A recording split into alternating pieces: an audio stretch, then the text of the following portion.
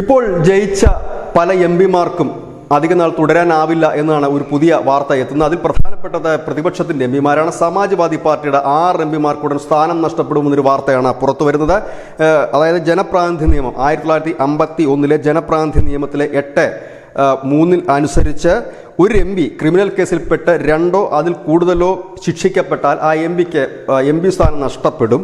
അത് അനുസരിച്ചാണെങ്കിൽ എസ്.പിയുടെ എംപിമാരായ ധർമ്മേന്ദ്ര യാദവ്, ബാബു സിംഗ് കുശവാഹ, റാം ഭൂവൽ നിഷാദ്, വീരേന്ദ്ര സിംഗ്, ഇമ്രാൻ മസൂദ് തുടങ്ങിയവരൊക്കെ വിധി കാത്തിരിക്കുകയാണ്. ഈ അടുത്ത ദിവസങ്ങളിൽ അതിൻ്റെ വിധി വരുമെന്നാണ് ഇപ്പോൾ പുറത്തുവരുന്ന വിവരം. ഇവരുടെ ഒന്നും ചെറിയ കേസല്ല. കാരണം കൊലപാതകം ഉൾപ്പെടെ തട്ടിക്കൊണ്ടുപോകൽ ഉൾപ്പെടെ വലിയ കേസുകളാണ്. സ്വാഭാവികമായി അവർക്ക് ഈ 2 വർഷത്തിൽ കൂടുതലുള്ള ശിക്ഷ കിട്ടാനുള്ള സാധ്യതകൾ ഏറെയുമാണ്. അതുകൊണ്ട് തന്നെയാണ് ഈ 6 എംപിമാരുടെ ഭാവി അനിശ്ചിതത്വത്തിലായിരിക്കുന്നത്. അങ്ങനെ എംപി സ്ഥാനം നഷ്ടപ്പെടുകയാണെങ്കിൽ ഉത്തർപ്രദേശിൽ വീണ്ടും ഒരു ഉപതെരഞ്ഞെടുപ്പിന് കളമൊരുങ്ങും. ഈ കേസ് ഈ സമാജ്വാദി പാർട്ടി മാത്രം ഒതുങ്ങി നിൽക്കുന്നില്ല. ബി.ജെ.പിയുടെ എംപിമാരിൽ ചിലർക്കും ഇത്തരത്തിലുള്ള ക്രിമിനൽ കേസുകളുണ്ട്. പക്ഷേ ഇത്തരം കേസുകളല്ല, അത് മറ്റു തരം ക്രിമിനൽ കേസ്. സ്വാഭാവികമായി രാഷ്ട്രീയ പാർട്ടി നേതാക്കൾക്കെല്ലാം തന്നെ ക്രിമിനൽ കേസുണ്ടാകും. പക്ഷേ ഇവരുടെ കേസ് അത്തരത്തിൽ നമുക്ക് കാണാൻ കഴിയില്ല. വധശ്രമവും കൊലപാതകവും ഉൾപ്പെടെയുള്ള കേസുകളാണ്.